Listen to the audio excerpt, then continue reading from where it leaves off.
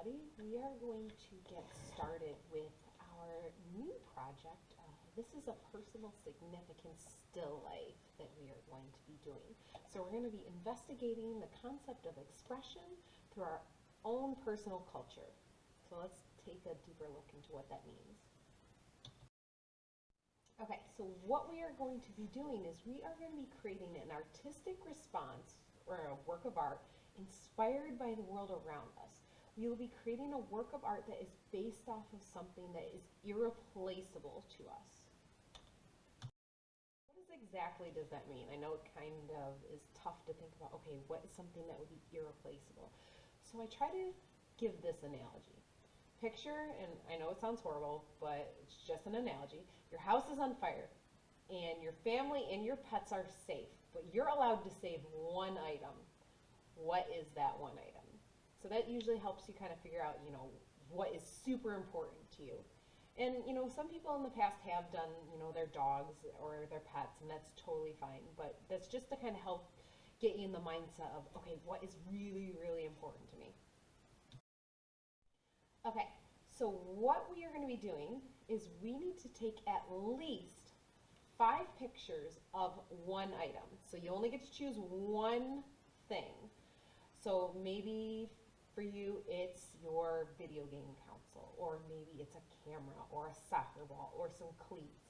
Whatever it is, you're going to take one item, and we're going to take at least 5 different pictures of that one item. You're going to place a black and white filter on it, and then you're going to submit them through Google Classroom. All right, so how are we going to draw this? Well, we need to take pictures, and we want to make sure that these pictures are really interesting. So there are different ways to go about this. So you can crop it, something or an object that might be really easy to draw because you don't want to do something challenging. And I get that, but that's so boring. Let's push ourselves. Let's do something that's meaningful to you, but also fun to look at. Okay, so I uploaded some pictures and I want you to take a look.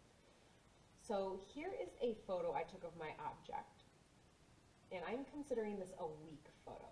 So in your head, or you could say it out loud, I'm not there to listen, I want you to think about, why is this photo weak? Right, so take a few moments, just kind of think about why it's weak, and then I'll kind of tell you what I think. All right, so the reason that I consider this a weak photo is, number 1, the lighting is terrible.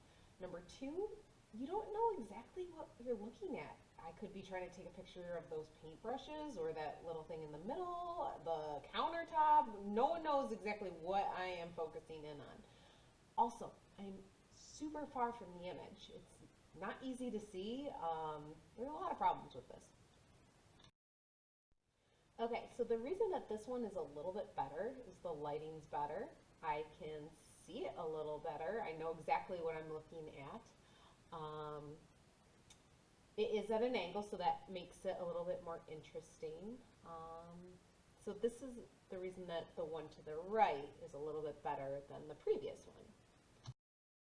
So here's a few more examples where it's getting stronger. The lighting is better. I'm starting to change the viewpoint. It's very clear and easy to see, what I'm taking a picture of. And the lighting's great.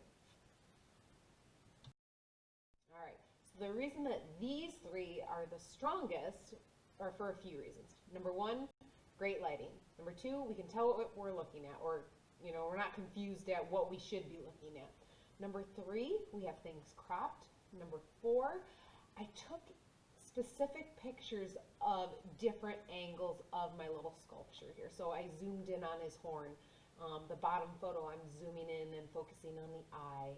In the top left photo, we're focusing on the teeth and his little tongue sticking out. So I'm zooming in on specific parts of him, not just taking an overall picture of the entire sculpture. So when I went to go do this, I actually chose for my item, one of the things was I collect Kodak cameras, and this is one of my favorite cameras. It's over 100 years old, and so I took it and I made sure to put it in a well lit room. Now I only needed 5 photos, but I went through and made sure to take 10 because then I had more images and more things to work with. So it actually kind of made my life a little bit easier. I actually had more to choose from. So I, zoomed in on the lens and the viewfinder, the bellows, those red kind of accordion looking things, some of the knobs and different parts of that old camera. So what we're going to be doing with this is going to eventually be drawing different parts of the different photos. So we're going to take these different photos and kind of almost create like this cool collage. And so you can kind of get a rough idea of a quick sketch that I did of the cameras. And you can see exactly which photos I was using as a reference. So here's some examples of students' work from the past to kind of give you a better idea of kind of the look we're going for. So to the left, the student did a photo. Her item was a sweater, so she zoomed in on the back of her collar in that bottom left-hand drawing. So you kind of see her hair with the sweater. Up towards the top, we have like the different bulges of the sweater. You can see the pattern, and then in the lower right-hand corner, you can see, her sleeve. This student over here did a Jack Skellington photo. So they, zoomed in on the face, his hand over the little bow tie to the side, the base of this.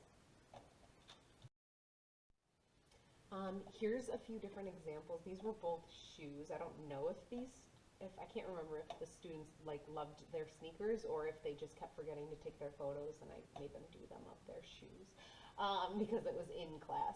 But anyway, they're still really awesome drawings. So you have the back of the cleat here, the front, underneath, etc.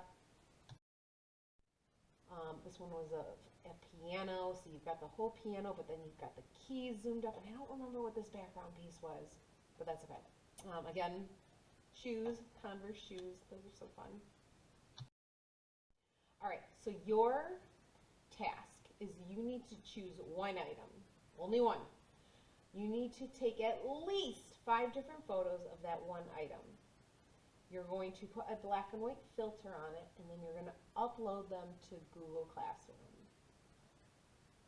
by the due date. So I'm making this PowerPoint right now, so the due date might be different. This is currently fine because I'm doing this for you guys for 2021. So if it's not 2021, then there's going to be a different due date. Okay, so make sure you pick up your item, take the 5 photos, black and white filter, upload it to Google Classroom so that we can get started on your project next week. Okay, I look forward to seeing your photos. Thanks, guys.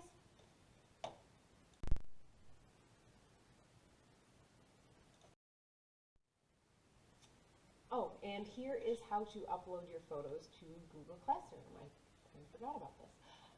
So if you took your photos on a smartphone, for example, the easiest way for me to do it if you don't have the Google Classroom app downloaded is to go to Safari, log into Google Classroom, find our Classroom folder, and you'll see a tab that says where to upload your pictures. You're going to click Add, File, and then that should bring up the option to go into your camera gallery and start to select your 5 photos. So make sure you do that.